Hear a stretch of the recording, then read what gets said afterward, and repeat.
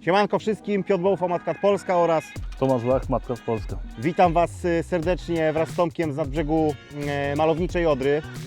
Mamy krajobraz jesienny, to jest kolejny dobry czas na to, żeby pokazać metodę stacjonarną, czyli w dalszym ciągu kontynuujemy metodę bojki, a raczej taką kombinację tego, w jaki sposób możemy tych bojek używać.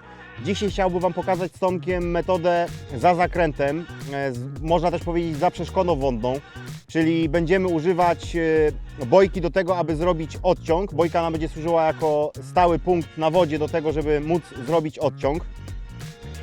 Do tej metody posłuży nam klasycznie kijek o akcji parabolicznej. W ręku trzymam Deluxa 320 z serii Green.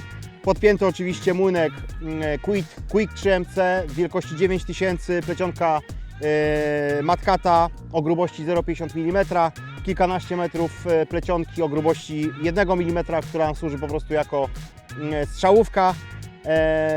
Na czym generalnie polega metoda za zakrętem? Polega to na tym, że wybierając odpowiednie miejsce na brzegu, w którym sobie będziemy stacjonować,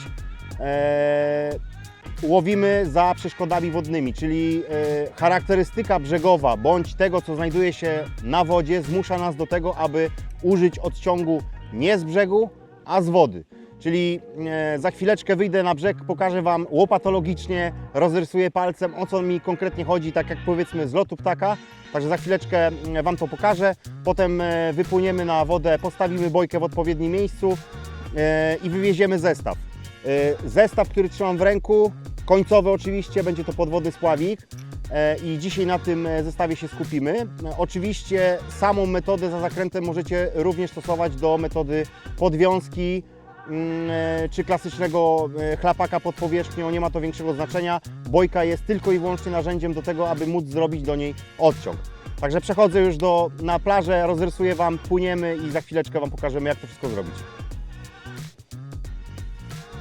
No i dobra, wyobraźcie sobie, że to jest linia brzegowa. Tu mamy stanowisko w tym miejscu.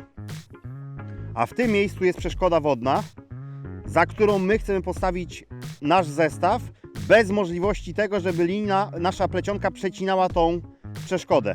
Dlatego musimy za każdym razem wyobrażać sobie w głowie, tworzyć taki jakby trójkąt. Czyli plecionka idzie w tą stronę, a następnie robimy odciąg, żeby zestaw znajdował się po tej stronie przeszkody. Czyli jest to po prostu taki jakby trójkąt. I teraz nie ma znaczenia, czy to są przeszkody na linii brzegowej, czy będą to jakieś wystające drzewa na samej wodzie. Za każdym razem musimy robić odciąg w formie właśnie takiego jakby trójkąta.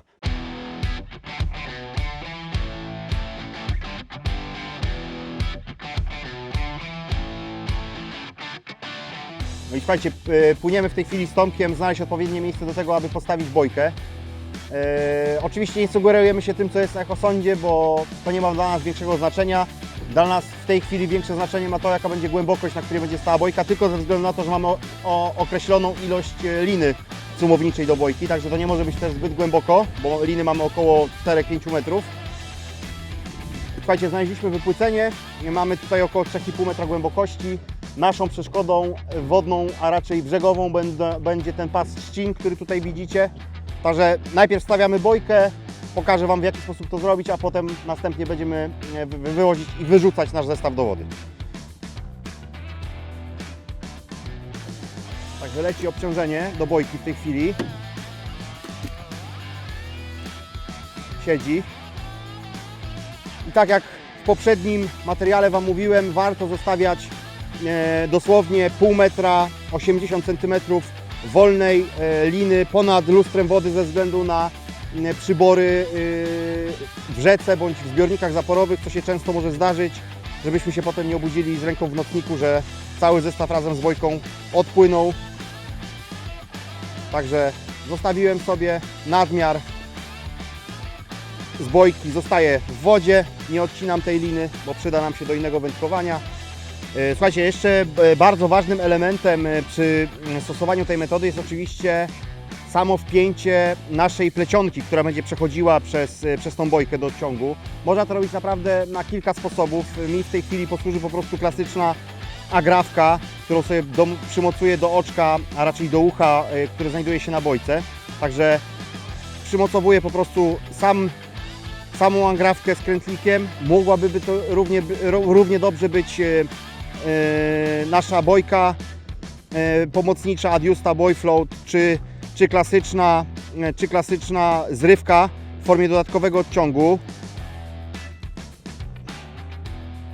O, jak sami widzicie, jest podpięta i w to miejsce tutaj będziemy wpinać naszą plecionkę główną. Tutaj, czyli jedyną różnicą przy stosowaniu jakby dodatkowego odciągu w formie na przykład zrywki, dodatkowej zrywki, będzie to, że w trakcie holu ryby my będziemy musieli podpłynąć do bojki i wypiąć naszą plecionkę główną, która będzie znajdowała się w tej agrafce z krętlikiem. Równie dobrze można byłoby tu użyć na przykład dużego karabinczyka takiego do wspinaczki czy do cumowania łódek. Nie ma to większego znaczenia.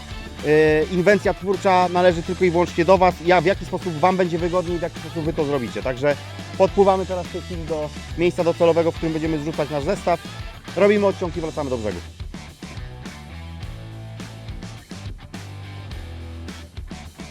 Zestaw jest klasyczny, czyli podwodny spławik w tym wypadku. Do obciążenia nam posłuży oczywiście kamień, zrywka o grubości 0,35 mm. Wpinamy sobie w quick snapa, który luzem sobie chodzi po plecionce głównej. Dopływamy do miejsca, które nas najbardziej w tej chwili interesuje. Jak sami widzicie, za plecami stanowisko jest w tej chwili ukryte za pasem trzcinowisk. Zrzucamy zestaw,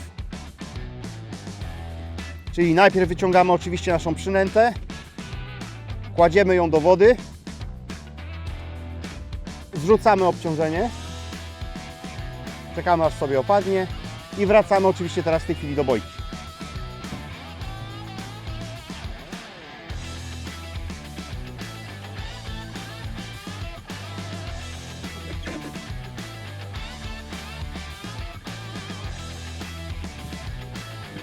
I teraz, jak sami widzicie, agrafka ma tę właściwość, że jest łatwo w cokolwiek wpiąć. Także wpinamy sobie naszą plecionkę główną i odpływamy do stanowiska.